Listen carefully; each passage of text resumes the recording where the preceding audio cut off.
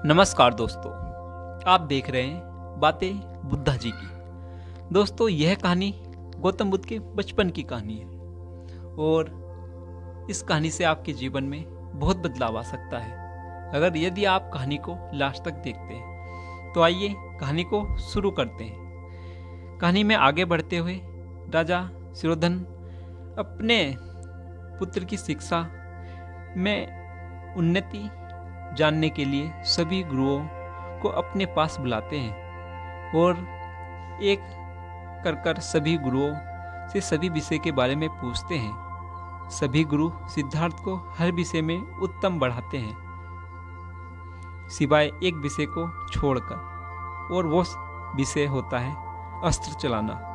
दोस्तों, ऐसा नहीं कि सिद्धार्थ को अस्त्र चलाने नहीं आते, बात बस इतनी थी कि अस्त्र चलाने में सिद्धार्थ को कोई रुचि नहीं थी। सिद्धार्थ का मन तो प्रकृति के साथ समय बिताने में लगता था। जब यह बात राजा को पता चलती है कि सिद्धार्थ को अस्त्र चलाना अच्छा नहीं लगता, तो वह बहुत क्रोधित होते हैं और सभी गुरुओं को यह आदेश देते हैं कि सिद्धार्थ की रुचि अस्त्र चलाने में जगाई जाए।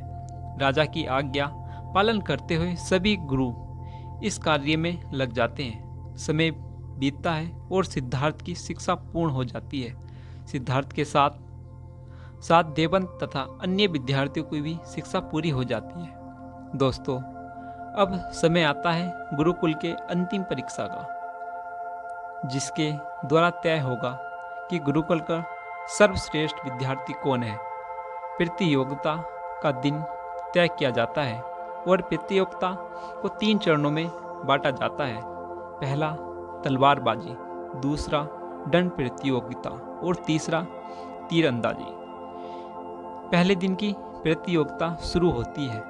2 प्रतिभागी अपनी अपनी तलवार लेकर मैदान में उतरते हैं तो लोग को प्रतिभागी ना दिखे, केवल प्रतिभा दिखे, इसलिए दोनों प्रतिभागियों के चेहरे पर मुखौटा लगा होते हैं। एक मुखौटे के पीछे देवंत होता है और दूसरे मुखौटे के पीछे कोई अन्य प्रतिभागी होता है, परंतु देवंत यह सोचता है कि सामने वाला प्रतिभागी सिद्धार्थ है, इसलिए वह सामने वाले प्रतिभागी को बुरी तरह से घायल कर देता है।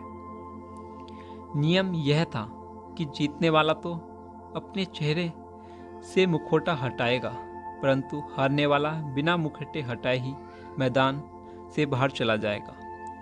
इसीलिए देवंत अपने चेहरे से मुकुट हटाता है और फिर दूसरे प्रतिभागी लड़ने के लिए आते हैं। इस बार एक मुखौटे के पीछे सिद्धार्थ होता है और दूसरे मुखौटे के पीछे कोई अन्य प्रतिभागी।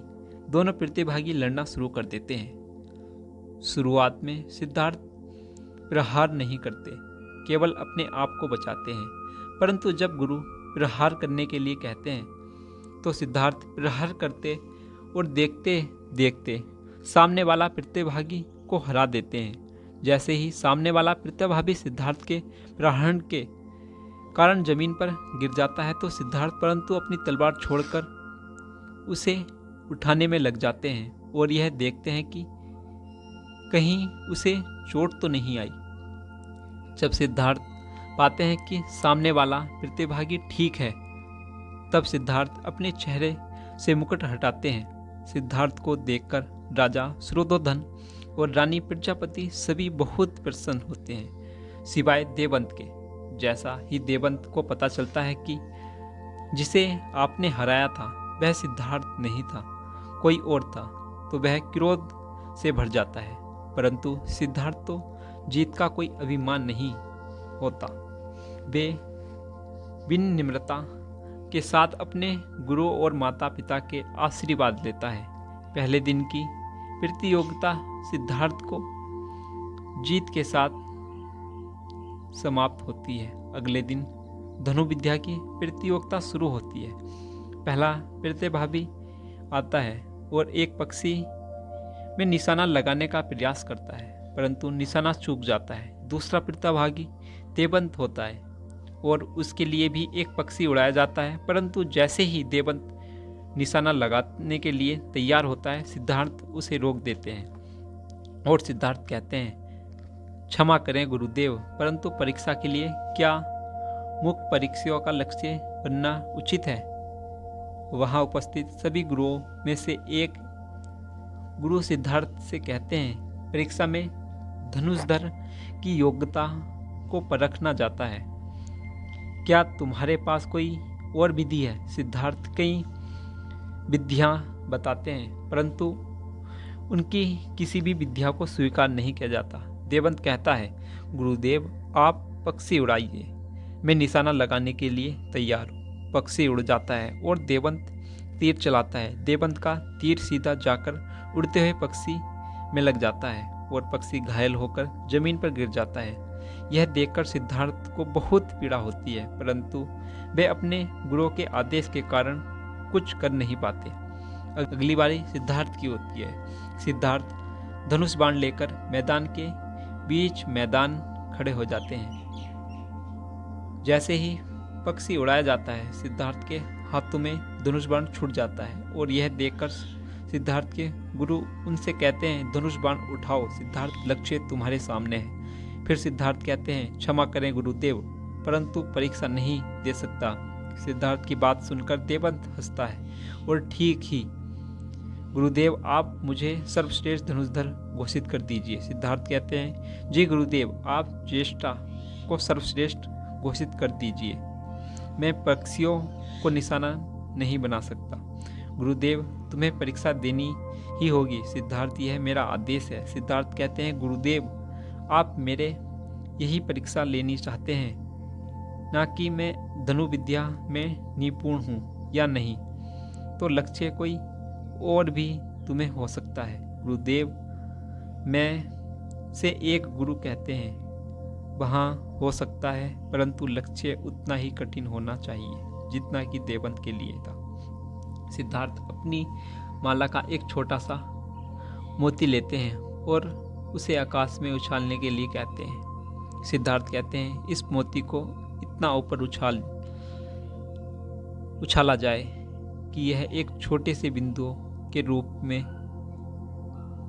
भी ना दिखे। सिद्धार्थ के कहने पर देवंत खुद उस मोती को पूरी ताकत से आकाश में उड़ा देते हैं। सिद्धार्थ उस मोती को सीधा बाण चलाते हैं, उसको लगाता है कि निशाना चूक गया।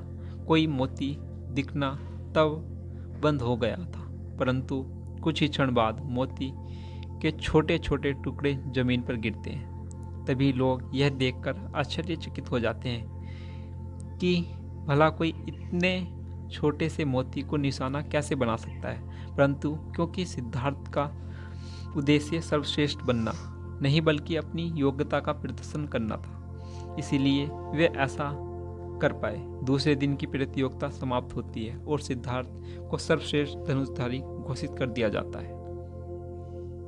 अगले ही दिन तीसरी और अंतिम प्रतियोगिता होती है, जिसका नाम दंड प्रतियोगिता होता है। इस बार देवंत का सामना सिद्धार्थ से होता है। देवंत मन ही मन में सोचता है कि इस बार सिद्धार्थ को सब सिखाकर रहूंगा। प्रतियोगिता शुरू होते ही और देवंत पहला प्रहरण करता है, परंतु सिद्धार्थ केवल देवंत के प्रहरण को रोकते हैं और उस पर पलटवार नहीं करते। यह देखकर सिद्धार्थ और गुरु आचार्य कौंडिन्य उनसे कहते हैं, सिद्धार्थ तुम देवंत का प्रहरण क्यों नहीं कर रहे हो? सिद्धार्थ कहते हैं, गुरुदेव ज्येष्ठा का प्रहरण कैसे कर सकता हूँ? गुरुदेव कहते हैं, यह युद्ध नहीं प्रतियोगिता है, यहाँ प्रतिभागी को अपनी प्रतिभा दिखानी होती है। सिद्धार्थ कहते हैं, परंतु चाहकर भी ज्येष्ठा का प्रहरण नहीं कर सकता। सिद्धार्थ के इन शब्दों को सुनकर वह सभी प्रतिजन को, सिद्धार्थ के माता पिता सभी बहुत निराश हो जाते हैं और फिर आचार्य कौंडिन्य सिद्धार्थ को कहते हैं, अब तुम्हारे पास कोई दो विकल्प है सिद्धार्थ, या तो तुम्हारा प्रहरण करना है या फिर मुझे भूल जाना है। सिद्धार्थ अपने गुरु से प्रेम करते थे, जिसके कारण वे देवंत पर प्रहरण करना शुरू करते हैं और कुछ ही क्षणों में वे देवंत को हरा देते हैं। यह देखकर वहाँ उपस्थित सभी लोग सिद्धार्थ के जयकारे लगाना शुरू कर देते हैं। सिद्धार्थ के माता पिता भी देखकर बहुत प्रसन्न होते हैं। तीनों परीक्षाओं होने के बाद यह निश्चित कर दिया जाता है कि गुरुकुल के सर्वश्रेष्ठ विद्यार्थी सिद्धार्थ है। राजा शिरोधन तथा उनकी रानी प्रजापति सिद्धार्थ के विजय होने पर बहुत प्रसन्न होती है। देवंत, मंगला और द्रोणाधन बहुत दुखी होते हैं क्योंकि उनकी हर प्रयास के बाद भी सिद्धार्थ सर्वश्रेष्ठ साबित होते हैं। दोस्तों, यह कहानी आपके जीवन में बहुत बदलाव ला सकती है।